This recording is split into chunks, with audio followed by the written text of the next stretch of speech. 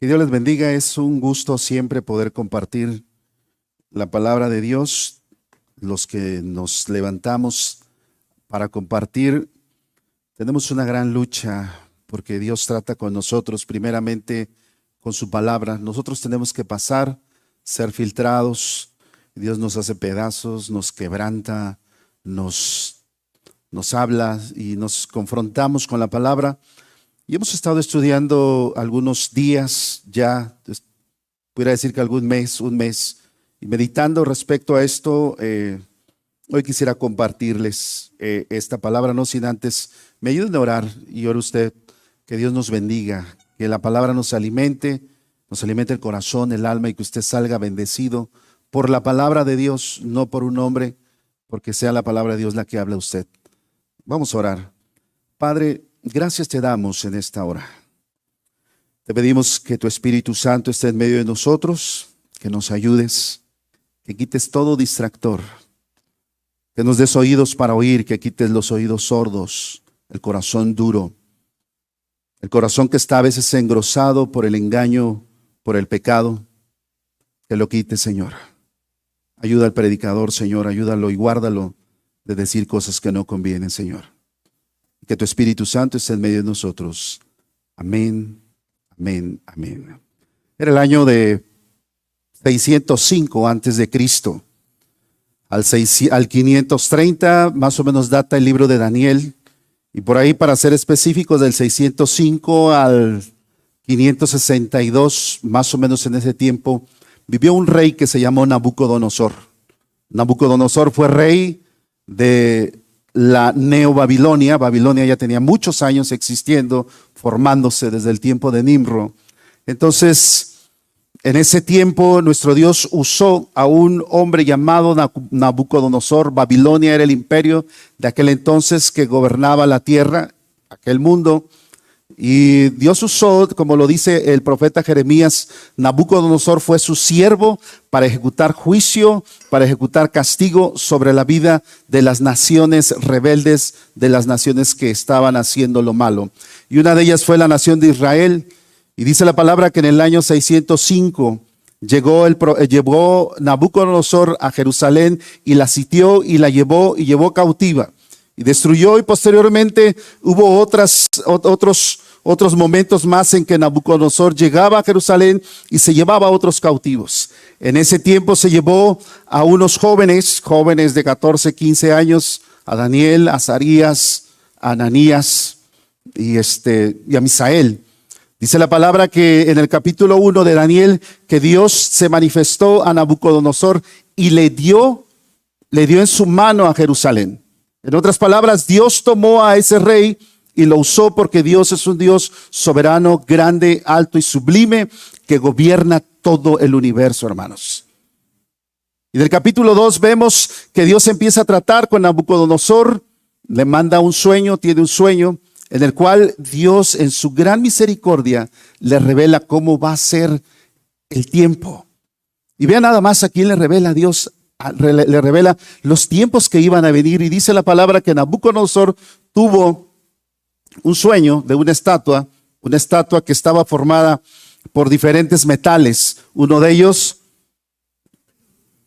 era el oro, la cabeza, la parte del pecho era de plata, la parte de los muslos era de bronce y la parte de los pies era de barro y de hierro. Y había una mezcla. Pero dice la palabra que Dios le reveló a este hombre que eran los imperios. Daniel le da la interpretación y le dice Daniel a Nabucodonosor: tú eres la cabeza de oro. Tu reino es ese oro, pero van a venir los medos persas y van a venir y van a derribar ese gobierno, y van a venir después los griegos y van también a dominar, y después van a venir los romanos, pero al último va a venir una gran piedra que fue cortada, no por mano de hombre, y vino y destruyó esa estatua, la hizo pedazos, la hizo polvo y la llevó, dice. Y está hablando de que esa piedra es el reino de nuestro Señor Jesucristo, que viene a implantarse a este mundo en el tiempo de nuestro Señor Jesús. Él vino y destruyó y sigue destruyendo estos imperios y estos gobiernos que están hoy en la actualidad. Y dice la palabra que ese reino va a permanecer por los siglos de los siglos. Qué privilegio tuvo Nabucodonosor de recibir esa revelación. Cuando Nabucodonosor recibe esa revelación, él alaba y glorifica a Dios y lo exalta y lo bendice. Pero al paso del tiempo, pasan más o menos 20 años, según los estudiosos, dicen que él hace una estatua. Y en esa estatua, él quiere como perpetuar su poder. Mire que los hombres somos como malos. Porque a veces nos queremos volver eternos o nos sentimos como que vamos a vivir una eternidad. ¿No le ha pasado eso? Y hacemos grandes casas, y hacemos grandes proyectos, y hacemos grandes cosas, y vivimos para ellos, y nos cansamos en ellos, y trabajamos, y después de repente ya nos morimos. ¿No le pasa? ¿O me estoy yo balconeando nada más? Yo soy el loco. Pero a veces estamos teniendo como si aquí fuera a ser la eternidad. Hermanos, los cristianos vamos de paso en esta tierra. Somos peregrinos y extranjeros. Nuestra vida está escondida en Cristo Jesús. No está acá, hermanos. Y a veces tenemos que desarraigar esto. Y Nabucodonosor era la cabeza de oro. Y dice la Biblia en el capítulo 3 de Daniel que hizo su estatua a este hombre. Y mandó a hacer una gran estatua de 27 metros de oro, por cierto. Algunos dicen que la mandó a hacer en una llanura, en la parte de arriba en esa llanura, y la gente que veía la estatua grande, y ordenó a que todas las naciones, pueblos, lenguas y personas y gobernadores y todos los demás le adoraran. Y hay de aquel que no adorara esa estatua porque iba a ser quemado en el horno de fuego. Y hubo unos hombres que dijeron, no, nosotros no vamos a adorar, oh rey, esa estatua. No la vamos a adorar. Mira, no tenemos nada que discutir de esto. Nuestro Dios nos puede librar del horno de fuego, pero si no nos libra, no vamos a tener ningún problema. Que nos mate el rey. Y dice la palabra que Nabucodonosor se molestó muchísimo y los mandó a quemar. Tomó, dice, calentó el horno 7 veces, que es una palabra figurativa. O sea, muy fuerte lo calentó, de tal manera que agarró a los hombres más corpulentos, aventaron a estos hermanos en Cristo, porque ellos eran los cristianos del Antiguo Testamento, y los aventaron, y dice la palabra que cuando los aventaron, las llamas salieron y quemaron a esos hombres fuertes. Pero cuando los aventaron, estos hombres no fueron quemados. Es más, cuando salieron, sus cabellos no fueron quemados, ni olían a humo. Cuando Nabucodonosor ve esto, se sorprende y dice, tremendo, este Dios puede salvar, este Dios salva, este Dios es poderoso, a Él le alaben, a Él le glorifiquen, a Él le exalten. Nabucodonosor está recibiendo ciertas visitaciones, cierta palabra de parte de Dios, pero Nabucodonosor no comprende, no entiende, no se humilla. Dios está tratando con él. Este hombre piensa que él tiene el poder. Él tiene la grandeza. Este hombre, dice la historia que Babilonia en aquellos tiempos era muy hermosa.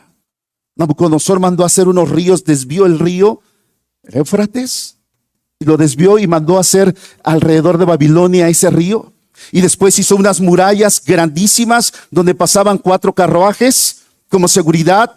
Había unas puertas hermosas, enormes. En Alemania existe una puerta enorme que la extrajeron de ese lugar, una belleza, era una grandeza. Los jardines colgantes eran de manera como cascadas, como en caída, de tal manera que Babilonia era muy hermosa. Y Nabucodonosor, dice la palabra, que estaba en su palacio. Y ya estamos en el capítulo 4 de Daniel. Y dice que él estaba muy tranquilo, estaba durmiendo, estaba reposando, estaba muy... Si me acompaña al libro de Daniel. Daniel capítulo 4. Vea cómo inicia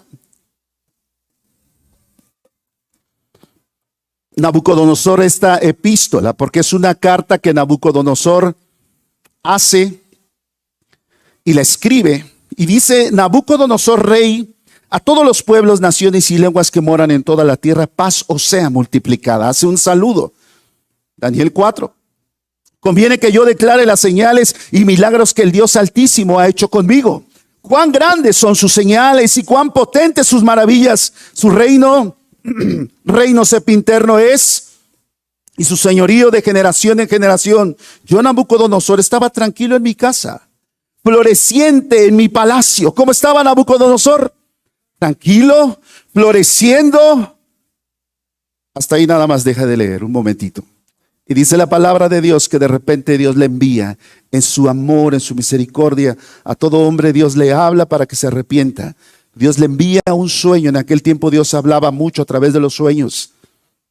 Ahora nos habla a través de su palabra. Ya los sueños son menos, ¿sí? O casi. Usted quiere escuchar la voz de Dios, hermano, amigo, usted póngase a leer la Biblia en voz alta y usted va a escuchar la voz de Dios. No tiene usted que estar pidiendo revelaciones, nuevos sueños, nuevas visiones. Usted lea la palabra de Dios en voz alta y usted va a estar escuchando la voz de Dios. ¿Está claro, hermanos? Bien sencillo, ¿verdad? Y nuestro Dios en aquel día se manifestó a Nabucodonosor y le había estado hablando. Y en esa ocasión Dios le manda un sueño y le dice, ¿cuál fue el sueño? Nabucodonosor, estando en su cama, sueña y le viene la revelación de un árbol frondoso, grande, que tenía frutos, que tenía un follaje que subía hasta el cielo, dice la palabra. De tal manera que las aves anidaban ahí y los animales comían de su fruto y estaban bajo su sombra. Era una figura, una visión, y que en ese momento se escuchó una voz de unos vigilantes santos que mandaron una sentencia y dijeron, cortad el árbol, córtenlo el tronco, déjenlo nada más las raíces, pero córtenlo todo y que ese árbol caiga y que ese árbol sea mojado por el rocío y que esté entre los animales y que esté ahí viviendo. Nabucodonosor se levanta de su cama espantado, exhausto. Manda a traer a los caldeos, que eran los brujos de aquel tiempo. Manda a traer a los hechiceros, manda a traer a los magos, a los astrólogos. Y ninguno le puede dar la interpretación de su sueño. Pero dice la palabra que él sabía que había un hombre que se llamaba Daniel. En aquel tiempo Daniel ya era un adulto. En aquel tiempo Daniel ya era un hombre de estado. Él estaba gobernando en una de las provincias de allá de Babilonia. Él estaba en gracia de parte de Dios, gobernando. Y dice la palabra que mandó a traer a Daniel y le dijo, Daniel, yo sé que en ti habita el espíritu de los dioses y que tú me vas a poder decir qué es lo que significa este sueño. Y Nabucodonosor le habla y le dice a Daniel, este es el sueño. Cuando Daniel escucha el sueño, Daniel se queda, dice la Biblia, 1 hora, perplejo, espantado.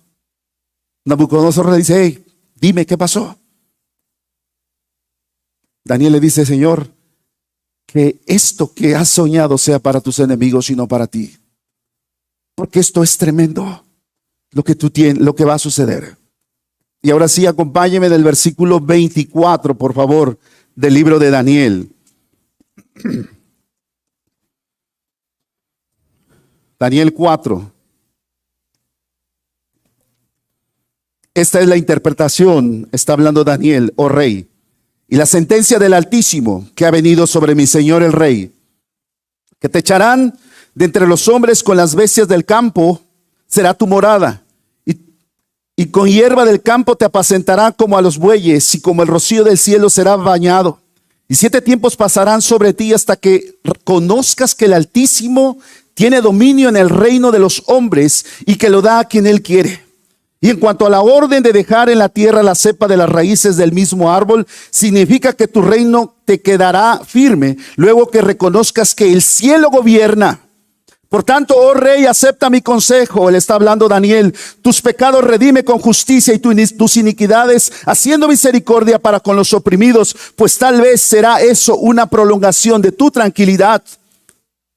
Todo esto vino sobre el rey Nabucodonosor al cabo de 12 meses, paseando en el palacio real de Babilonia.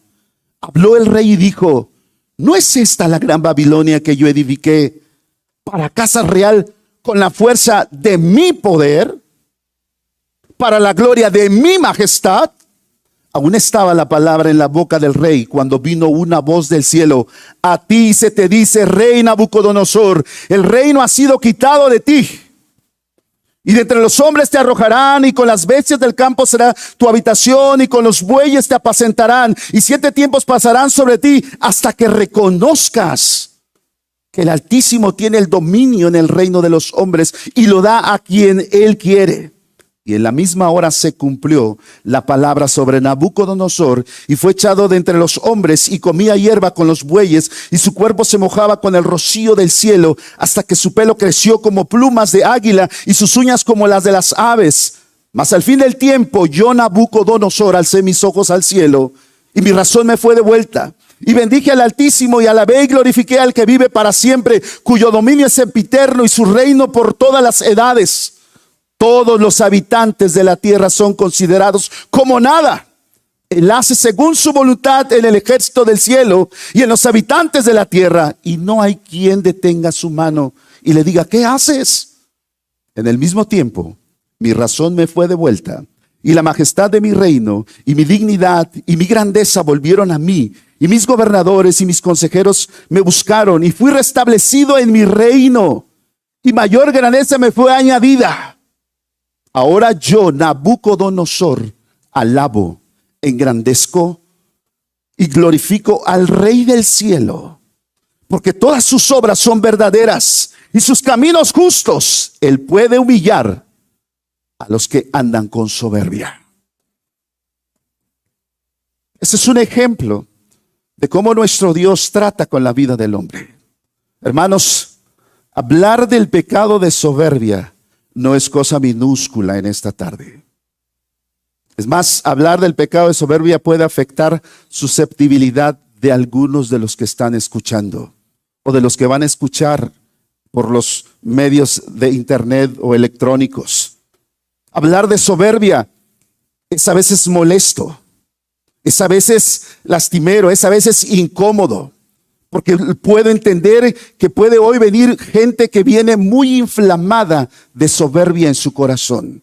¿Me explico? La soberbia es como esa pus, inflama el alma, el corazón del ser humano, que le trae dolor, que está putrefacto por dentro. Y cuando alguien lo va a tomar y lo agarra, esta persona siente y dice: me duele. ¿Sí me explico? ¿Le ha pasado o no le ha pasado?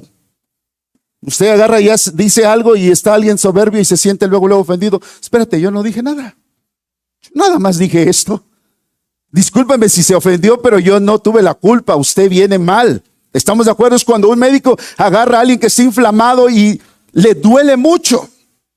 Entonces lo que nosotros vamos a hacer en esta tarde es simplemente hablar de esta parte. ¿Estamos comprendiendo, hermanos? ¿Sí? Si usted viene enfermo y ese pecado se ha estado practicando, entonces no me vea mal. Vaya usted a lo que dice la palabra. Yo procuraré estar siempre parado en lo que dice la palabra, que no sean mis ideas, mis conceptos. ¿Estamos comprendiendo, hermanos? Amén. ¿Me da permiso entonces hablarles? No escuché bien, nada más. ¿Me da permiso? ¿Sí? ¿Les puedo decir? Hermano pastor Alfonso, ¿sí? Por favor, si no, ya no me vas a invitar. Hermano, el propósito de esta epístola es proclamar que el Altísimo es soberano y absoluto y que gobierna sobre todos los reinos terrenales. Le voy a decir algo, hermanos. Nos debe de quedar claro a todos los seres humanos que hay un Dios. Lo crea usted o no lo crea, eso no es problema de Dios. ¿Sí me explico? Es que mucha gente dice, los ateos dicen, es que Dios no existe porque no lo veo. Qué bueno que no lo ves. El día que lo veas vas a quedar hecho polvo. ¿Está claro? Entonces por eso Dios tiene misericordia de ti y no lo ves. No porque no lo veas, no existe. Hay muchas cosas que usted no ve y cree. ¿Estamos comprendiendo? Usted no ve los virus, pero cree usted que existen. Por decirle algo. Entonces Dios es un Dios soberano y que gobierna. Así que yo le quiero decir algo, hay solamente un Dios, los hombres no son Dios. Usted no es Dios. Su verdad relativa no es verdad. Hay una sola verdad y es la verdad que está en la palabra de Dios. Amén. No hay verdad de relativa. No, si esta es mi verdad, si tú crees, mira, no, eso estás engañado. El propósito secundario de este texto es hablar de la soberbia del hombre, la cual habita en el corazón del hombre que no reconoce primeramente que Dios es soberano absoluto, Dios soberano absoluto del universo, de la creación, de la tierra, de los hombres, que Dios gobierna sobre todos los, y que Él da el poder a quien Él quiere. ¿Sí leyó usted esto que dice el texto? Dios gobierna sobre los hombres. Si hay algo que esa sociedad hoy se tiene que arrepentir, y nos tenemos que arrepentir como sociedad, es que hemos tratado de hacer un lado a Dios. Y tenemos que quitar esa idea. Porque el texto dice, Proverbios 16, versículo 18. Nada más lo voy a citar. Antes de la caída está la soberbia, y antes del abatimiento del hombre está la exaltación del hombre. En otras palabras, hermanos, el presagio para cuando alguien va a ser quebrantado o va a ser destruido, sea un ser humano, sea una familia, sea una nación, sea un pueblo, sea un país o sea una ciudad, el presagio que es antes de que el hombre sea destruido es que están viviendo abiertamente en un pecado de soberbia. Y si hoy es algo que nosotros como sociedad tenemos que arrepentirnos, es la soberbia, es la altivez, es la jactancia, es la presunción, es la vanidad. Esto es importante. Hermanos, aquí el autor Daniel quiere alentar a los israelitas sufrientes que están desconcertados de todo lo que había pasado, de todo lo que les sigue pasando ahí en Babilonia. Los quiere alentar que hay un Dios soberano que gobierna el universo. Y hermanos, si tú eres un cristiano y ves todo esto, yo veo que vienen muchas cosas, hermano. Escúchame bien, orando, y te lo quiero decir. Si Dios se apiada de nosotros, oye lo que te voy a decir, va a cambiar este sistema de gobierno que hoy se está implementando, ese socialismo. Y Dios va a quebrantar a México y va a quebrantar nuestra soberbia como sociedad. Va a permitir que eso se instaure. Y usted va a ver lo que le pasó a Colombia, lo que le pasó a Venezuela, lo que le está pasando, lo que le pasó a Cuba, lo que le pasó a Argentina, lo que le pasó a otros países que están siendo gobernados por este sistema perverso y maligno. ¿Estamos comprendiendo? Si Dios se apiada de nosotros, no va a permitir que eso suceda. Pero como Él gobierna sobre los hombres, y Él ha visto mucha soberbia en nosotros como México, mucha idolatría, mucha rebeldía, mucha iniquidad, yo no sé si Dios permita. Pero si Dios permite, y si usted es un cristiano, yo quiero decirle que no se desaliente. Dios gobierna sobre todos los hombres. Dios da y quita. Él quita y pone reyes. Él quita y pone presidentes. Él gobierna y a veces los usa para quebrantar a los hombres. A veces usa para quebrantar la soberbia. A veces lo usa para muchos propósitos, porque nuestro Dios es soberano.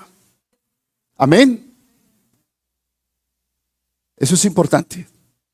Así que lo que tenemos que hacer, yo creo, la iglesia, es orar y quebrantar. Anoche me llegó una noticia y dice ahí, 100 iglesias evangélicas en Chiapas salen,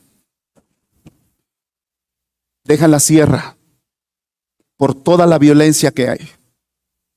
Te pones a orar y te pones a quebrantar. Pero me acordé, los hermanos chiapanecos les ha llegado el evangelio y han estado ahí. Y han estado trabajando, salieron. Me acordé cuando los primeros cristianos salieron perseguidos y empezaron a llevar el evangelio a todas partes. Yo no sé si ese sea parte del propósito de Dios. ¿Me explico? Quizá van a salir, pero van a salir para implementar el reino de Dios en esta tierra. Dios es soberano, hermanos. Pero regresando a este asunto, hermano. La enfermedad de este rey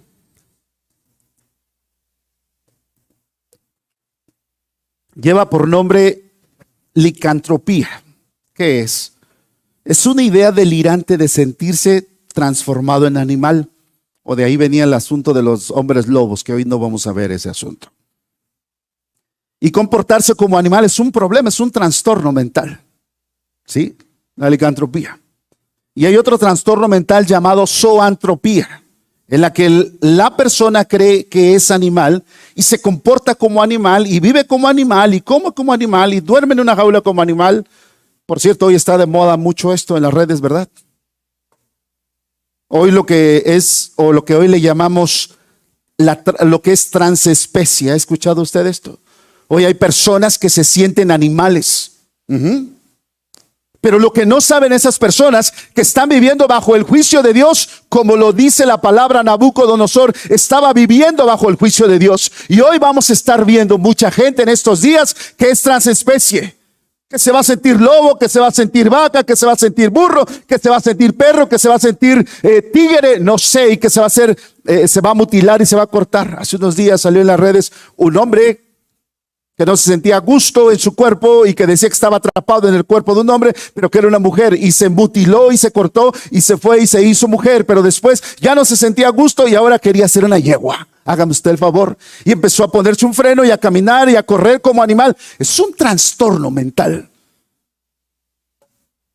Y hoy la gente quiere, los gobiernos están dándole fuerza a esto y están queriendo establecer. Hoy que estamos viendo, hace unos días el pastor Alfonso, ayer o antier, nos manda ahora la familia de trapo.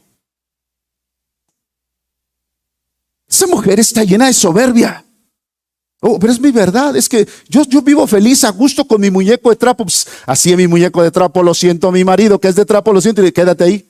Se queda, no me dice nada. Le digo que le mando y no hace nada, ahí se queda. Y mis niños también, qué bonitos son mis niños de trapo, que no me van a decir nada. Y yo voy a ser la mujer más feliz porque yo tengo mi gobierno, porque yo mando, porque yo soy la mujer o el hombre absoluto. Y hay de aquel que diga algo. ¿Sí ha visto usted los soberbios? ¿Qué hacen los soberbios cuando no hacen las cosas como él o ella quiso? Se encienden en ira. Son unos Nabucodonorcitos chiquitos, ¿sí? Y se enojan, se airan, calientan el horno y quieren rostizar a su esposa o a su esposo. O si se van los hijos también de pilón, vámonos. O rostizan a quien se le ponga enfrente. ¿Está comprendiendo? Nabucodonosor, perdóneme.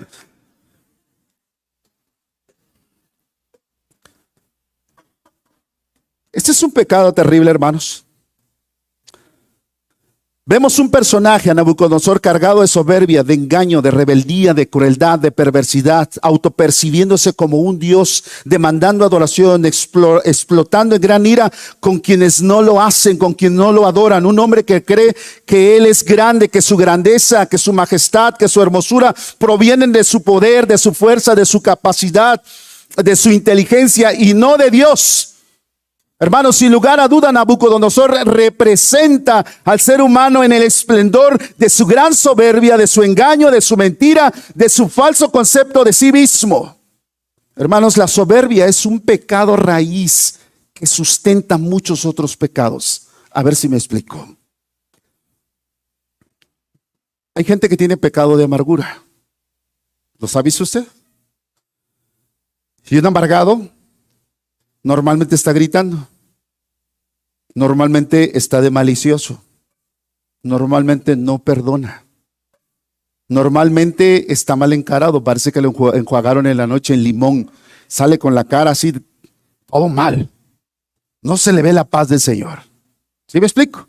Un amargado está irritado, está molesto con aquellos que le ofendieron, que le lastimaron y que no ha podido perdonar. Por cierto, el amargado participa de la falsa humildad. ¿Qué dice el amargado? En su soberbia, allá Dios que te perdone. ¿Yo quién soy para perdonarte? ¿No ha escuchado usted? Qué soberbia, qué arrogancia. O sea, Dios que te perdone, Él sí puede, yo soy más que Dios. ¿Qué te pasa? Que te perdone Dios, yo no soy Dios, allá Él que te perdone. Eso es lo que quiere decir su falsa humildad. ¿Está comprendiendo? Y mucha gente dice, es que no quieres perdonar. Punto. Dios dijo, perdona. ¿Cuántas veces? ¿7? No, 70 veces 7. En otras palabras, un número constante, continuo. Siempre tenemos que vivir en actitud de perdón, de perdonar a aquellos que nos han lastimado, a aquellos que nos han herido, para vivir en paz con Dios, con nosotros mismos y con los demás. Pero ¿qué hace el soberbio? No, ¿yo por qué lo voy a perdonar? ¿Sí? Hermanos, el pecado es soberbia. El pecado de amargura sustenta entonces la gritería. La soberbia, hermanos. Si hoy tuviéramos un árbol acá, he estado pensando en esta figura. Ve que los árboles tienen diferentes raíces, unas más chicas, unas más gordas, otras. Pero hay una raíz principal profunda. Según algunos estudiosos, dicen que hay algunos tipos de árboles que, dependiendo a su follaje, el tamaño del follaje es el tamaño de la raíz. ¿Sí? O sea, crecen mucho para arriba, crecen mucho para abajo. Cuando usted quiere arrancar un árbol, usted necesita una fuerza tremenda. Un día yo estaba arrancando un árbol y necesita máquinas para sacar esa raíz y extirparla y traerla, y se viene con todo. Bueno, tomando esa figura, el pecado de soberbia es así en el corazón del hombre. El pecado de soberbia alimenta toda la pecaminosidad del hombre. ¿No me cree usted? Vea lo que dijo nuestro Señor Jesús. Marcos capítulo 7. ¿Está conmigo? ¿Sí? ¿Tenemos ese texto, hermana? Me dijo que me iba a seguir. Ayúdeme, por favor. Y si no, cuando Jesús habla de lo que contamina el corazón del hombre, y dice nuestro Señor Jesús, hablando, ¿está ahí? ¿Sí? ¿De dónde? 7:22, dice nuestro Señor Jesús, desde el 21 para que lo entendamos, porque de dentro del corazón del hombre salen los malos pensamientos, los adulterios, las fornicaciones, los homicidios, los hurtos, las avaricias, las maldades, el engaño, la lascivia, la envidia, la maledicencia. ¿Y qué más dice? Y la soberbia. Y vea que de la mano va la soberbia, la insensatez. ¿Qué es insensatez? Dicho a lo mexicano, a la estupidez. Eso es la insensatez. ¿Sí me explico? Va de la mano la soberbia con la insensatez. Un hombre que es soberbio normalmente no piensa bien de él, de sí mismo. Entonces, hermanos, la soberbia está dentro del corazón del hombre y alimenta y hace que se produzcan otro tipo de frutos. El mal carácter, el mal genio, la mala forma de vivir. La soberbia alimenta los pleitos en el matrimonio. No lo quiero perdonar. ¿Por qué? Pues me lo hizo, me la paga. Y ahí está el soberbio tragándose el dolor, la angustia, pero no, yo no perdono. Si quiere que venga y que se hinque. ¿Sí le ha pasado? No, entonces yo me estoy descubriendo solo. Yo soy el loco que está aquí. Pero eso dice el texto, hermanos. La soberbia está dentro del corazón del hombre. Hermanos, el corazón del hombre es el lugar propicio donde se puede desarrollar la soberbia. Por naturaleza somos soberbios. Mire, la Biblia dice que el pecado pasó a los hombres de Adán para acá. Y todos pecaron, y la muerte pasó por cuanto todos pecaron. ¿Cómo fue ese asunto? Usted va a llegar al Edén y usted va a ver a doña Eva, que empezó a platicar con la serpiente y que le dijo, con que no puedes comer del árbol. Y la serpiente dijo, la serpiente le dijo, no puedes comer. Y Eva le dijo, no puedo comer. Y dice, la serpiente le dijo, con que Dios ha dicho que tú no puedes comer. ¿Sabe Dios que el día que tú comas, ahí está la clave, serás igual que Dios? Y entonces Eva vio que el fruto era rico, que estaba delicioso, y que sobre todo lo que le iba a dar, y tomó y desobedeció y se rebeló contra Dios. Hermanos, ¿cuál es en esencia el pecado de la soberbia? Es querer ser Dios. Eso es el pecado de la soberbia. Querer ser igual a Dios. Hermano, tú eres un ser humano mortal. Del polvo fuiste tomado y al polvo volverás. Tú no eres Dios. Te tengo una gran y tremenda y hermosa noticia. Tú no eres Dios. Tú no gobiernas. Tú te debes de sujetar a un Dios y debes de obedecer a un Dios. Usted no es Dios. Pero ¿en qué estamos en esta sociedad? Se creen dioses. Vivimos en el esplendor de la soberbia, del engaño y de la falsedad. Y eso está pasando. El pecado es soberbia, es no darle lugar a Dios. ¿Y qué hizo Nabucodonosor? Nabucodonosor no reconoció que había un Dios. Y hermanos, conforme el ser humano va alejándose de Dios y no le va dando el lugar a Dios, escuche bien, por efecto mismo se va transformando y se va haciendo un hombre corrupto y perverso. ¿Cuál fue el pecado del lucero, del hermoso lucero que había, que era resplandeciente? ¿Cuál fue el pecado de Satanás? Soberbia se halló en tu corazón, dice el libro de Daniel. Porque quizí tú dijiste, subiré a los cielos, viaré mi trono al lado del Altísimo, seré semejante a él. Y dice el texto, arrojado eres hasta lo más bajo de la tierra. Hasta allá descendiste con tus soberbias, dice la palabra. Hermanos, la soberbia es eso. Querer sentirnos como si nosotros fuéramos Dios. ¿Y qué he hallado en estos tiempos?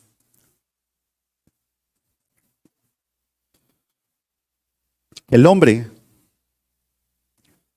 nosotros no hemos tenido de manera intencional una lucha contra el pecado de soberbia.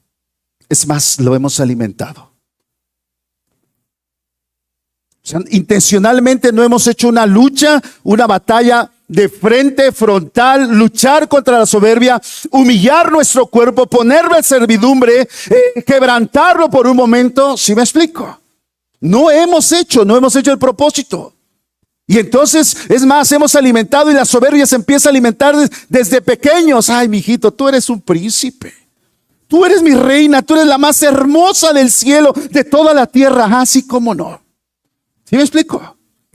Qué gran error cometemos los padres. No, que no haga nada el niño. Se va a cansar, ¿qué no ves? Pobrecito niño, no, y ahí está la pobre mamá y los otros en el teléfono rascándose la barriga, haciendo mil cosas, y la mamá. Hermanos, nosotros estamos alimentando el pecado de soberbia porque pensamos que entonces les hacemos pensar que ellos se merecen todo, que usted y yo como padres estamos como esclavos para trabajarles, para darles, para proveerles, para cuidarlos, y luego crecen y no maduran. Y como decía doña Esperancita Olivier, siempre tengo en mente este pensamiento. Decía,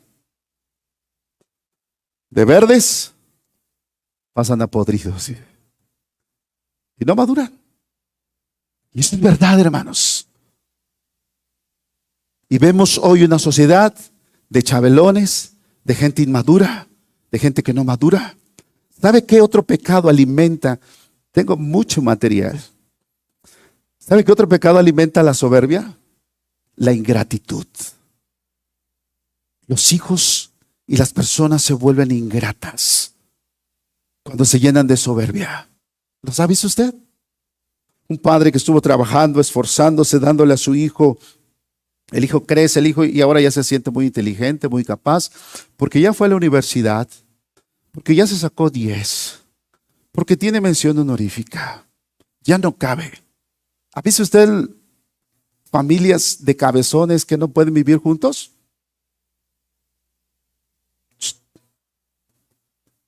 ¿Sí?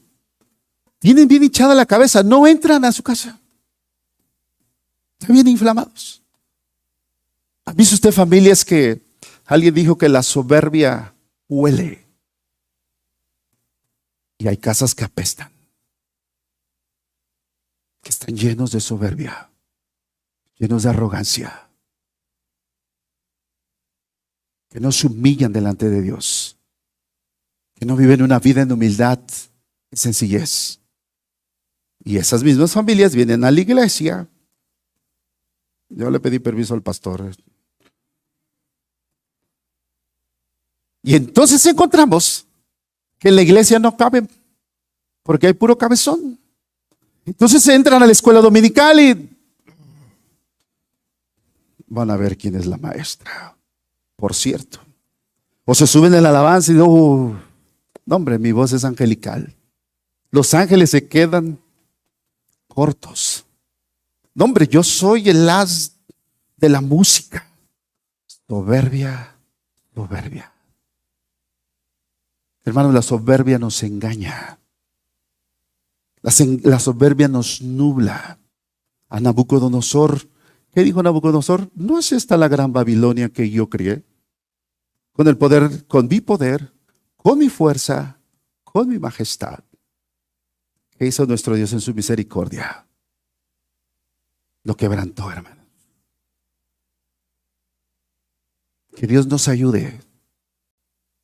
Porque la soberbia, les decía, es amiga, hermana de la rebelión. La soberbia es amiga, hermana de la rebelión. Vea lo que dice el libro de los Salmos, Salmos 19:13. Acompáñeme, por favor. Tengo todavía unos minutos. No sé si voltear el reloj, pero dice el pastor que van a ir a comer al terreno, entonces tengo solamente unos minutos. Salmo 19:13.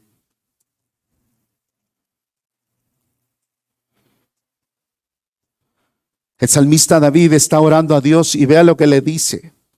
Preserva también a tu siervo ¿de qué? De las soberbias. Que no se enseñoreen de mí, entonces seré íntegro y estaré limpio de grande rebelión. ¿Qué le está pidiendo David a nuestro Dios? Señor, presérvame, guárdame de la soberbia, porque entonces yo voy a estar limpio y así estaré guardado de gran rebelión. Hermanos, la soberbia hace que nosotros nos rebelemos contra Dios primeramente, que nosotros nos rebelemos contra los demás, que nosotros nos rebelemos contra nosotros mismos. Hoy que estamos viviendo una sociedad llena de rebelión. No, yo no quiero ser hombre, quiero ser mujer. Pues me cambio. Yo no quiero esta mujer, pues ahí los divorcios express, cámbiela ya. ¿Sí me explico? ¿Qué más necesita? Hoy está el pecado a la mano. Y hoy está el pecado para que nosotros nos rebelemos en contra de Dios y en contra de sus estatutos y sus mandamientos. ¿Qué oraba el salmista David? Guárdame, Señor, porque entonces estaré limpio de gran rebelión. Un soberbio es una persona que se rebela, que no le gusta que le digan nada, ¿sí? Que no le gusta que lo corrijan, que no reconoce la verdad de Dios. Hermanos, cuán importante se hace que nosotros de manera intencional tengamos una lucha abierta en contra de este pecado. Yo quiero preguntarle, ¿qué tiempo tiene usted? ¿Que ha dejado de orar usted o que no ha orado, doblando las rodillas o postrándose en el suelo? ¿Qué tiempo tiene? ¿Qué tiempo tiene que usted no ha ayunado por este pecado que le gobierna? Por el enojo, por la ira, por la soberbia, por la vanidad, por la arrogancia. ¿Qué tiempo tiene que no pone usted su carne en quebranto, hermanos? El apóstol Pablo, hermanos, el apóstol lo hacía de manera intencional. Él lo dice en la primera carta a los Corintios: yo de esta manera lucho y de esta manera peleo y pongo mi cuerpo en servidumbre, no sea que yo siendo heraldo vaya a ser eliminado, venga a ser eliminado, y por eso someto mi cuerpo, golpeo mi cuerpo y lo pongo en servidumbre. Este cuerpo le gusta la soberbia. ¿Sí o no nos gusta que nos adoren, hermanos? Qué bonito estás, qué inteligente eres, qué grande eres, qué fuerte eres, qué capaz eres. ¿Qué más? Hacemos memes, hacemos TikToks y que el gatito y que de repente ya salió el león y que se siente. Estamos teniendo un trastorno y nos podemos reír de alguien que tiene un problema de trastorno y que quiere y exige sus derechos. Pero el que está lleno de soberbia tiene un trastorno mental como Nabucodonosor. ¿Sí o no? se siente más que los demás. ¿Qué te pasa? Yo soy Guzmán. A los Guzmán nadie nos humilla. Yo soy López, pero no pienses que de los López pobres, de los López ricos, de los inteligentes para arriba. ¿A poco? No me digas. ¿Y qué más? Y yo soy Lastra, dice. Somos de la dinastía Lastra. Está bien. ¿Está comprendiendo, hermano? Podemos caer en todas esas actitudes de rebelión y de soberbia. Y el apóstol Pablo, él se conocía a sí mismo. Hermana mía, hermano, la pregunta es, ¿usted se conoce a sí mismo? ¿Usted sabe su pecado? ¿Usted sabe dónde está su mal? Vea el apóstol Pablo. Gamaliel era su maestro. En el capítulo 4 de los Hechos iban a matar, dice el libro de los Hechos en el capítulo 4 que iban a matar a los apóstoles. Y cuando los iban a matar ya porque estaban predicando el evangelio, dice la palabra que se levantó Gamaliel, que era maestro de una escuela de los fariseos. Un representante y un importante hombre fariseo. Y les dijo, a ver, razonen de un momento. Se levantó Judas y lo mataron, le dijo a los del Sanedrín, y mataron, se levantó, dice, y lo mataron y se deshizo su movimiento. Se levantó Teudas, también lo mataron y se deshizo su movimiento. Hasta ahí vamos bien. Y les dice Gamaliel a todo el grupo de personas, ahí estaba Pablo también, en algún momento, más joven, escuchando, les dice, no los maten, no sea que ustedes vayan a estar peleando contra Dios, porque había muchos milagros y mucha obra. Entonces ellos se retienen y dicen no. Pero hubo alguien que, ellos se retienen y dicen no los vamos a matar, pero hubo alguien que dice sí los vamos a matar. Su nombre es Saulo. Y él dice, tenía quizá un dicho mexicano, muerto el perro se acabó la rabia. Y dice la palabra en el capítulo 9 que Saulo, bufando, sacando ira y enojo contra los cristianos, pidió permiso para ir y encarcelarlos y arrastrarlos y daba su voto para que los mataran. Saulo andaba en esa situación. En otras palabras, Saulo era un soberbio. Usted lo puede ver a Saulo, dice, las cosas que yo tenía en alta estima, yo era fariseo de fariseos, instruido a los pies de Gamaliel, hice todo esto, era muy recto en mi vida, etcétera, etcétera. Dice, todas las cosas las tengo por basura, por amor a Cristo, porque he conocido a Cristo. Pero este Saulo se conocía, hermano. Y él decía, pongo mi cuerpo y lo pongo en servidumbre, no sea que yo vaya a ser eliminado. Hermano mío, ¿usted se conoce? ¿Usted sabe que hay un pecado de soberbia que alimenta muchos otros pecados y que nos lleva a rebelarnos en contra de Dios, en contra de su voluntad? Vea la rebelión abierta en muchas iglesias. Escuche. Dios ha decretado muchas cosas ya. Dios ha hablado ya en su soberanía, en su gobierno. Su voluntad está establecida. A Dios no lo agarran las cosas por sorpresa. ¿Estamos comprendiendo? Lo que nosotros como cristianos tenemos que hacer en oración y en humildad es en oración, Señor, muéstrame tu voluntad para mi vida, porque yo quiero caminar en tu voluntad. Esa es la razón de la oración. ¿Está comprendiendo? O sea que usted todos los días usted tiene que decirle, Señor, ayúdame, porque yo soy torpe, porque no puedo. Ayúdame a vivir en tu voluntad, porque tu voluntad es perfecta y es agradable. Hasta ahí vamos bien, hermanos. Y en humildad reconocemos. Pero vea cómo ha permeado este pecado a la iglesia. Hoy, ¿qué hacen muchos cristianos? Yo declaro que esto es mío. Yo decreto. Ah, sí, tú decretas. Sí, hermano, yo establezco. ¿A poco no me digas? En oración dicen, ¿ha escuchado usted a esos fanfarrones? ¿Sí? Yo te bendigo. Tú a poco bendices, no me digas. Yo ato. Abrimos los cielos para que haya bendición. Sí, como no, chucha. ahorita. ¿Ha visto usted? Por cierto, esos falsos apóstoles que ahora ya andan, no, casi son, ahora son arcángeles, no, ya siervos inútiles ya no son, ya son apóstoles. Y por cierto, yo soy apóstol de apóstol, dice el. Y se levanta la pastora y dice, yo soy profeta de profetas, por cierto, y cuidado, y le dice que es profeta, no, profeta de profetas. Y el otro dice, soy patriarca. Ve nada más la locura y la estupidez que se está metiendo en las iglesias. ¿Está comprendiendo, hermanos? ¿Está comprendiendo? No tenemos que. Hay un Dios que gobierna sobre todos los hombres y hacemos mucho bien en reconocer que Él es un Dios soberano. ¿Qué hizo Pablo, hermanos? Pablo en su momento, viene Jesús, ese hombre lleno de ira y lleno de enojo, Dios viene y lo quebranta, así como lo hizo con Nabucodonosor. Viene y lo quebranta, levanta los ojos al cielo y dice, ¿quién eres tú, Señor? Y desde ahí Pablo es transformado por el poder del Espíritu Santo. Y Pablo ahora se sujeta. Pero nuestro Dios, que es bueno, hermano, escuche bien lo que le hizo a Pablo. Le reveló el Evangelio. Y Pablo dice, para que las revelaciones del Evangelio no me llenaran de vanidad y de soberbia. ¿Qué le hizo nuestro Señor Jesús?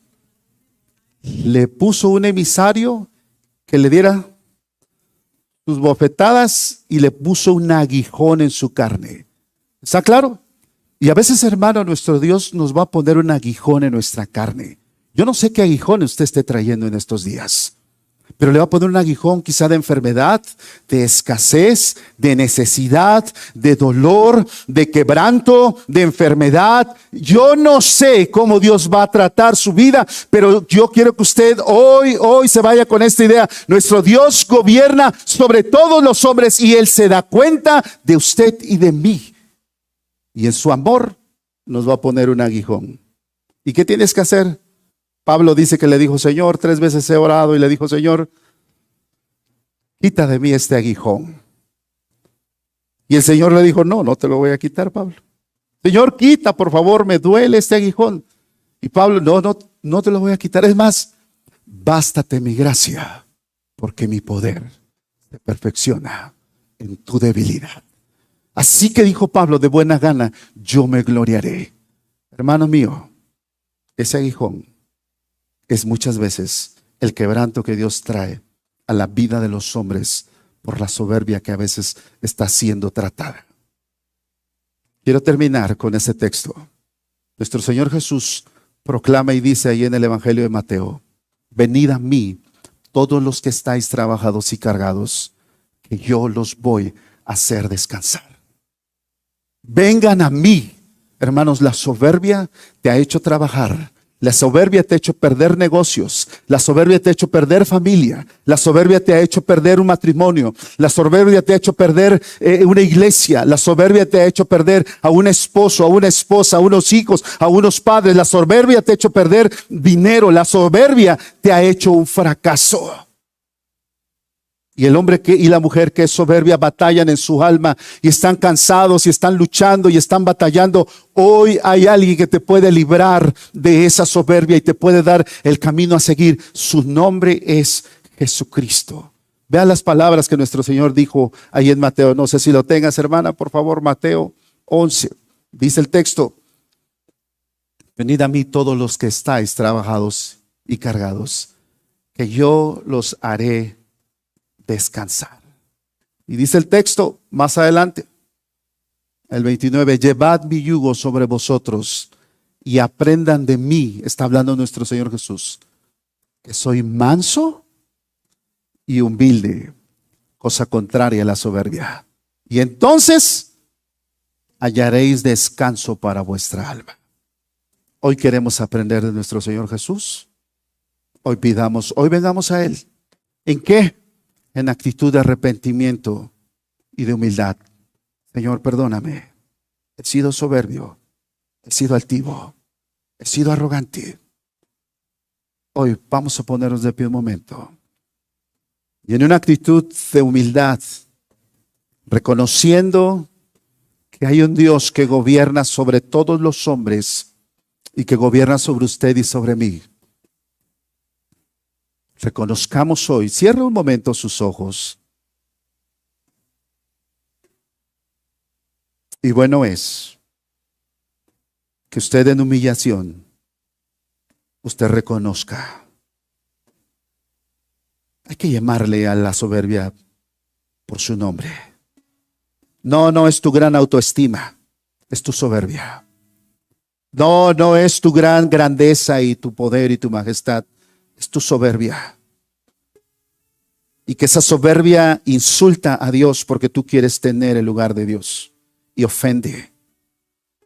Y hoy en humildad, ¿por qué no le dices a nuestro Señor Jesús como cantábamos hace un momento? Y si podemos entonar este canto, le podemos decir mientras usted ora un momento, hermano.